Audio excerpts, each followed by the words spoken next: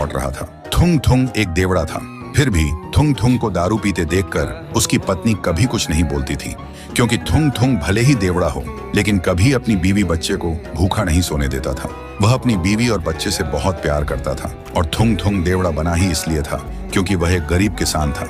उसे हमेशा एक ही बात सताती रहती थी, अगर कभी फसल अच्छी नहीं हुई तो क्या होगा, और अगर उसे कुछ हो गया तो उसकी बीवी बच्चे का क्या होगा। इसी बेकार टेंशन की वजह से थुंग थुंग देवड़ा बन गया था। लेकिन जिस गांव में थुंग थुंग रहता था उस गांव में एक पुराना राज था। उस गांव के बाहर एक पुरानी हवेली थी और उस हवेली के अंदर एक बड़ा सा आईना रखा था जिसके अंदर सिर्फ काला अंधेरा था। लोग कहते थे वह आईना चेहरा नहीं नियत देखता है और उसी का भविष्य दिखाता है। और कहते हैं कि बहुत साल पहले एक आदमी जब उस आईने के पास गया तो आईने ने उसे अपने अंदर खींच लिया था। इसीलिए सालों से किसी ने न उस हवेली में घुसने की और न ही उस आईने में झांकने की हिम्मत की थी। एक दिन थुंग थुंग उसी पुरानी हवेली के पास से अपने खेत की तरफ जा रहा था, तभी उसकी नजर उस हवेली पर पड़ गई। वह सोचने लगा, अगर ये आईना सिर्फ लोगों का भविष्य दिखाता है तो लोग इससे इतना डरते क्यों हैं? इसी सोच में वह धीरे धीरे हवेली के अंदर जाने लगा। लेकिन थुंग थुंग उस वक्त नशे में था, इसलिए उसे याद ही नहीं रहा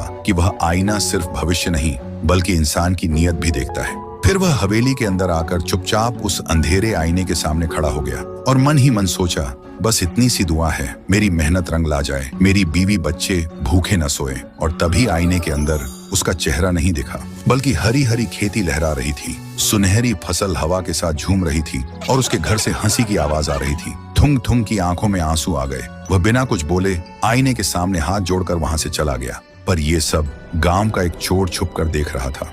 ये सब देखते ही उसके मन में लालच आ गया। वह सोचने लगा, गांव वाले झूठ बोलते हैं, ये आईना तो जादुई है जो लोगों का भविष्य उजाला करता है। शायद इसलिए गांव वाले सच छुपा रहे हैं ताकि सिर्फ वही अपना पेट भर सकें। क्या पता मैं भी आईने के पास जाऊं और एक ही दिन में कोई बड़ा हाथ मार लूं। ये सोचकर वह चोर भी आईने के सामने जा खड़ा हुआ और बोला, बैंक लूटूंगा, दुनिया का सबसे अमीर आदमी बनूंगा और जिंदगी भर ऐश करूंगा। जैसे ही उसने बोलना खत्म किया, आईने के अंदर का अंधेरा हट गया और लोहे की जेल के अंदर वही चोर कैद दिखा। आईने के अंदर उसका भविष्य नहीं, उसकी सजा दिखी। ये देखते ही चोर का शरीर कांपने लगा। वह गुस्से से चिल्लाया, झूठ है, सब झूठ है, और गुस्से में आईना तोड़ने लगा। लेकिन तभी आईना हिलने लगा और एक ही झटके में उस चोर को अपने अंदर खींच लिया। तो दोस्तों, भविष्य देखने के लिए किसी जादुई आईने की जरूरत